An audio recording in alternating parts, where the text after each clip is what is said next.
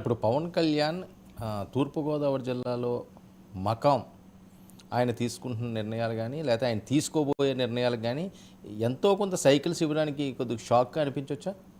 అంటే చాలా జాగ్రత్తగా గమనిస్తున్నారు వాళ్ళు. ఏం చేస్తారు, ఎవరు కలుస్తారు, ఎలాంటి ఇన్ఫ్లుయెన్స్లు వస్తాయి ఇక్కడ అని ఒక ఇది మటుకు చాలా జాగ్రత్త ఉంది. ముందు నుంచి ఉంది, అది ఇప్పుడు కాదు. ఈ చర్చలు ఇంకా మనం కలిసి వెళ్ళక తప్పదు అనే అభిప్రాయం వచ్చినప్పటి నుంచి కూడా ఉంది. రెండోదండి, ఇప్పుడు మీరు బస్సు కోసం సీటు కోసం పరిగెట్టేటప్పుడు ఉన్న ఆలోచన, బస్సులో కూర్చున్నాక ఆలోచన వేరుగా ఉంటుంది కదా. బస్సు క్యాచ్ చేయాలి, బస్సులో కనీసం నిలబడడానికైనా చోటు సంపాదించాలి, తర్వాత బస్సులో కూర్చోవాలి. ఈ 3 దశల్లో మీ మనస్థితి మారుతూ ఉంటుంది. ఒక 2 నెలల కిందట జనసేనతో పొత్తు ఫిక్స్ చేయాలి, వాళ్ళని ఎలా అయినా మన వైపు ఉన్నారని అనిపించుకోవాలి, ఇది తెలుగుదేశం ఆలోచన. ఈరోజు ఇందాక నేను ఎక్కడికి వెళ్తే అక్కడ కూడా తెలుగుదేశం మిత్రులు కొంతమంది కలుస్తున్నారు. ఎన్ని ఇస్తారు అది ఇది అంటే పాతిక ఇవ్వాలంటారా? అవునా? నిజం. అంటే ఇది మామూలు తెలుగుదేశం వాళ్ళలో యావరేజ్ వాళ్ళలో వస్తున్నది. ఇంకా మీరు మామూలు ఇంకా క్యాండిడేట్లుగా ఆస్పిరెంట్స్ లీడర్స్ వాళ్ళ సంగతి మీరు తీసుకోండి. సో ఇక్కడ నిజంగా పొత్తు దగ్గరికి వచ్చేసరికి జనసేన మరీ అవసరాన్ని మించి తీసుకుంటుందేమో, చంద్రబాబు మెతగా ఇచ్చేస్తాడేమో అనేది ఒకటి. చంద్రబాబు చాలా వ్యూహాత్మకమైన వ్యక్తి, జిత్తులు ఎత్తులు చాలా ఉంటాయి. కాబట్టి పవన్ కళ్యాణ్ ఏమైనా బుట్టలో పడిపోతాడేమో, తనకున్న ఇమేజ్ గ్లామర్ ఇక్కడ ఇది 1-0 లాంటిది. ఎవరు 0 ఎవరు 1 అనేది పక్కన పెడితే అది కలిస్తే 10 అవుతుంది, లేకపోతే 1-0 వాటి అంతకవి ఉంటాయి. సో ఇలాంటి ఒక ప్రెషర్ పెరుగుతుంది, ఒత్తిడి పెరుగుతుంది వీళ్ళిద్దరి మధ్యలో కూడా. ఇంకా ఆయన అచ్చంగా గోదావరి జిల్లాలో మకాం పెట్టి ఇవన్నీ చూస్తూ ఉంటే ఇంకొంచెం బీపీ అనేది నెమ్మదిగా టీడీపీలో కొంత రైజ్ అవుతుంది. ఇంకోటి కూడా అండి, బీజేపీకి కూడా గతంలో 4 స్థానాలు వచ్చింది అక్కడే. అవును కదా. మాకు గోదావరి జిల్లాలో ఉంది బేస్ కొంత అని వాళ్ళు ఎప్పుడు చెప్తూ ఉంటారు. ఇన్ కేస్ కనుక ఏసీడీసీ లాగా ఇటువైపు కాకుండా అటువైపు అయితే అప్పుడు కూడా పవన్ కళ్యాణ్ గోదావరి జిల్లాలు ముఖ్యం అవుతాయి. అవును. So this kind of pressures are there. YCP కూడా అది చాలా ప్రాణవాయువు లాంటివి గోదావరి జిల్లాలో. సో ఈ రీత్యా గోదావరి తీరంలో రాజకీయ తుఫాను బాగా కేంద్రీకృతమైంది. ఇప్పుడు వెయిట్ తెలియదు సార్. ఏదైతే ఈయన పవన్ కళ్యాణ్ గారు వ్యూహానికి సంబంధించి ప్రశాంత్ కిషోర్ చంద్రబాబు నాయుడు గారిని కలక ముందు రాజకీయాలు వేరు, లోకేష్ పాదయాత్ర ముగింపు సభలో మాట్లాడిన అంశాలకు ముందు రాజకీయం వేరు. కానీ ఆ తర్వాత ఒక్కసారిగా చేంజ్ అయిన నేపథ్యం ఇప్పుడు మీరు అంటే ఎవరైతే తెలుగుదేశం పార్టీ శ్రేణిలో కొంతమంది మీతో మిత్రులు మాట్లాడినప్పుడు నేను జనసేన ముఖ్య నేతలు కూడా మాట్లాడారని చెప్పారు మీరు. సో ఇది ఏదో జరుగుతుంది కదా ఇన్సైడ్. జనసేన అనేది ఇప్పటికి కూడా వాళ్ళు ఇంకా టైట్లు ఇప్పుడు వాళ్ళు ఇప్పటికి కూడా ఏదైనా సంభవమే, ఏదైనా జరగవచ్చు అనే ఆలోచనలోనే వాళ్ళు ఉన్నారు. రెండోది పవన్ కళ్యాణ్ ఆయన ఏదో అమాయకుడు అనుకుంటున్నారేమో, అట్లేం కాదు. ఆయన చాలా క్యాల్కులేటెడ్, చాలా ఆలోచనతో ఉన్నాడు. ఇంకోటి ఏమంటే ఏదైనా సందర్భం వస్తే తెంచుకోవడానికి కూడా పవన్ కళ్యాణ్ ఏం పెద్ద వెనుకాడే మనిషి కాదు అని ఒక ఉదాహరణ కూడా ఇస్తున్నారు. ఆ ఉదాహరణ నేను ఇక్కడ ఇవ్వను, అది మళ్ళీ ఒక వివాదానికి దారితీస్తుంది. సో పవన్ కళ్యాణ్కి అది పెద్ద సమస్య కాదు. అలాంటి పరిస్థితే వస్తే కనుక ఆయన ఒక నిమిషం కూడా ఆలోచించడు ఇది కుదరదు అనేదాన్ని తెచ్చుకోవడానికి. కాబట్టి తెలుగుదేశం పార్టీకి ఆ విషయం కూడా దృష్టిలో ఉండాల్సి ఉంటుంది. రాజకీయంగా ఉండే కంపల్షన్స్ ఎట్లాగూ ఉన్నాయి. ఇన్ని రోజులు భరించి ఒక విధంగా చంద్రబాబు కోసం అనేకం భరించి అలాగే ఉన్నాడని వైసీపీ వాళ్ళు దత్తపుత్రుడని రోజు అంటున్నా, ఇంకా ఆరోపణలు చేస్తున్నా, ఆయన తట్టుకుని ఓట్లు చీలకూడదు అట్లా ఉన్నాడు ఆయన. అట్లా ఉన్న ఆయన ఆ విధమైన ట్రీట్మెంటు, ఆ విధమైనటువంటి కంఫర్ట్ అది చేయకుండా నడిపిస్తే కుదరదు. ఇంకోటి నేను మనం అనుకున్నదే అంటే వాళ్ళు అంటారు కదా, మీకు తెలీదు, మీరు ప్రశాంత్ కిషోర్ విషయం పవన్ కళ్యాణ్కి చెప్పాడా లేదా అని మీరు అంటారు. అసలు ఆయనంతో యాక్సెసిబుల్ కాదు వీళ్ళకు. కలవటం అనేది కూడా జరగనటువంటి పరిస్థితి కూడా ఉంటుంది అని కూడా వాళ్ళు అంటున్నారు కనపడేదానికంటే. దీనితో ఇంకో మాట మీరు గుర్తుపెట్టుకోండి. ఏమంటున్నాడు పవన్ కళ్యాణ్ నిన్న వంశీకృష్ణ యాదవ్ను చేర్చుకుంటూ ఏమంటున్నాడంటే, నేను చెప్పాల్సిన నిజాలు చాలా ఉన్నాయన్నాడు. చెప్పాల్సిన నిజాలు చాలా ఉన్నాయంటే వైసీపీకి సంబంధించి చాలా నిజాలు చెప్తూనే ఉన్నాడు. ఇంకా చెప్పాల్సిన నిజాలు ఎవరికి సంబంధించినవి ఏంటి? ఇది నా మాట కాదు, ఇది పవన్ కళ్యాణ్ మాట. చెప్పాల్సిన నిజాలు చాలా ఉన్నాయి, ఇప్పుడు కాదు, నేను తగిన సమయం వచ్చినప్పుడు మీకు చెప్తాను అని ఆయన అంటున్నాడు. కాబట్టి there is some kind of అది హిడెన్ ప్రెషర్ ఒకటి ఏదో ఉంది ఆయన దగ్గర, అది లోపల ఉంది. దాన్ని ఇంకా సూటిగా చెప్పాలనే దానికి కూడా సిద్ధమవుతూ ఉన్నారు. ఇప్పుడు నిన్న కూడా అన్నాను నేను, ఏదో ఒక విధంగా తెలుగుదేశం పార్టీ జనసేనకు ఏదో కొంత వివరణో కొంత సవరణో చేసుకోవాల్సి వస్తుందని.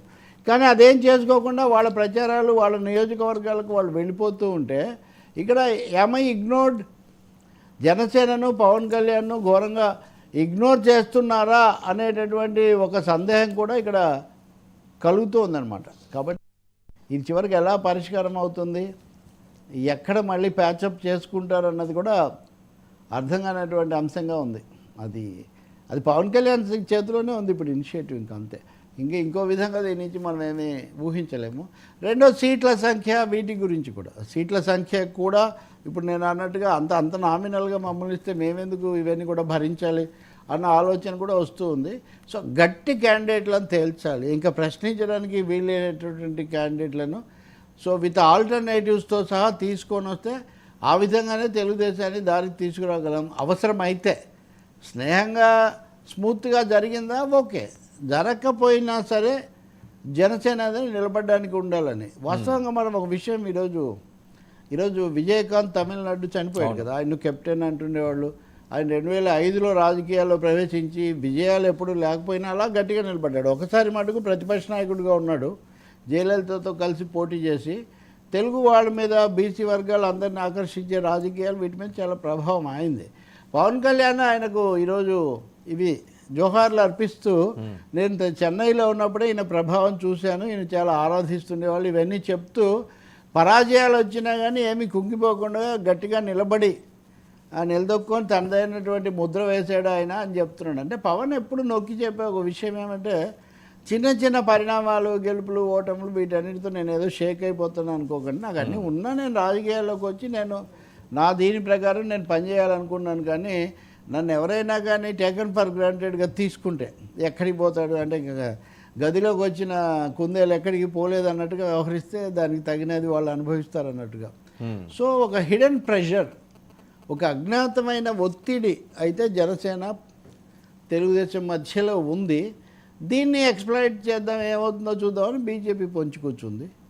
దీన్ని ఇంకొంచెం పెంచి చూపిద్దామని వైసీపీ ప్రయత్నం చేస్తుంది. జేడీ లక్ష్మణ్ వచ్చాడు. You should also remember, JD Lakshman మీద కూడా పవన్ ఒకసారి కామెంట్ చేశారు. అందరూ తర్వాత వచ్చి ఎన్నికల్లో పోటీ చేసి ఓట్లు తెచ్చుకున్న వాళ్ళే కదండి. ఎప్పుడు వచ్చారు లక్ష్మణ్ నా పార్టీలోకి? ఎన్ని రోజులు ఉన్నారు? ఎన్నికల వరకు ఉన్నారు, ఎన్నికలు అవగానే వెళ్ళిపోయారు. ఇప్పుడు నాకు ఇన్ని లక్షల ఓట్లు అవి ఇవి అంటే మరి మా పార్టీ తరఫునే కదా వచ్చినవి బేసిక్గా. కాబట్టి చాలామంది నాకు సలహాలు ఇస్తారు, ఇలా చేయాలి అలా చేయాలంటారు, కానీ ఎవరు మనుషులను తీసుకురారు, డబ్బులు తీసుకురారు, సరైనటువంటివి కూడా ఏం చేయరు. వాళ్ళు కూడా అంతంత మాత్రమే నిలబడతారు. అటువంటి అప్పుడు పార్టీ బిల్డింగ్ అనేది ఎక్కువ నేనే చేయాల్సి వస్తుంది కదా.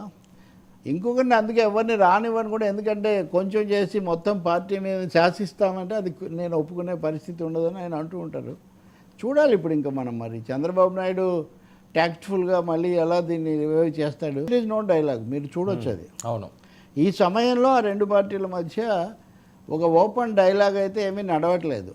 ఎలాంటి డేట్స్, ఎందుకంటే విశాఖ సభలో చంద్రబాబు నాయుడు మేము ఇంకా 2 సభలు జరిపి అక్కడ జాయింట్ మేనిఫెస్టో ఉమ్మడి ప్రణాళిక ప్రకటిస్తాము, అభ్యర్థులు ప్రకటిస్తాము అవి ఇవి అన్నారు. కానీ మీకు ఇప్పుడు పవన్ కళ్యాణ్ జనసేన జాబితా అభ్యర్థుల ఖరారు అనే మాటలు వస్తున్నాయి, వైసీపీ రెండో జాబితా అనే మాటలు వస్తున్నాయి.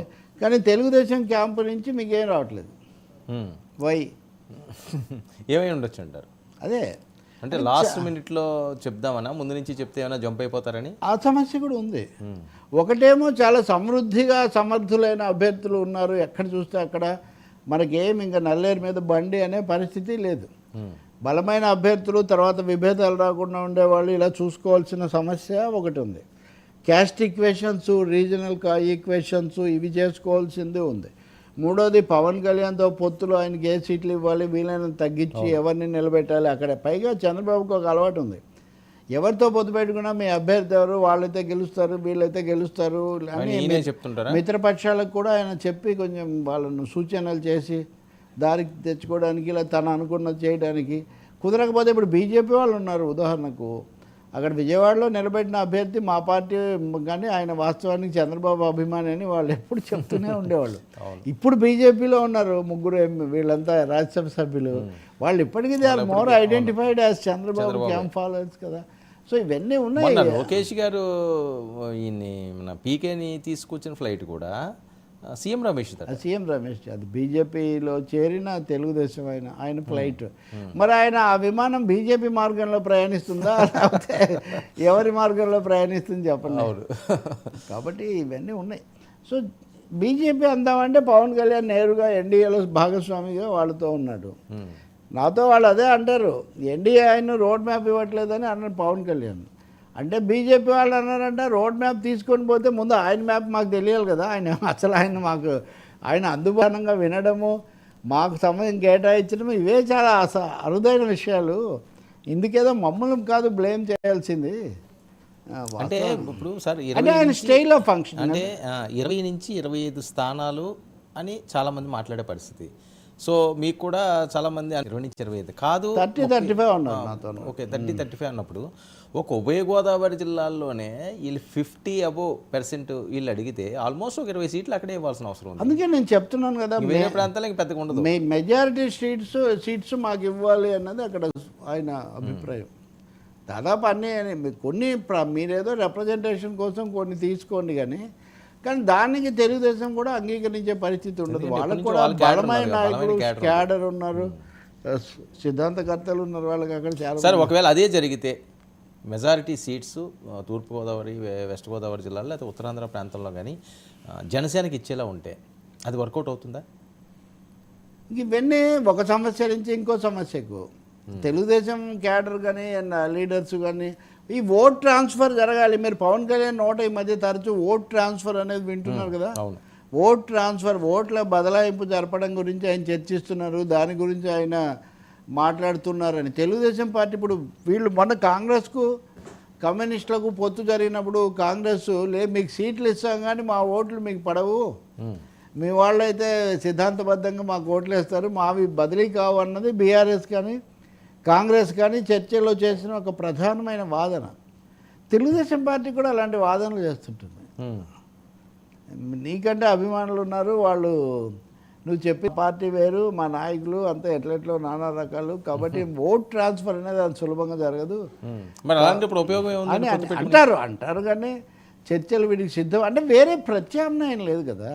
మీరు ఒకటి గుర్తించాల్సింది ఏంటంటే వీళ్ళలో ఎవరికి ఎవరి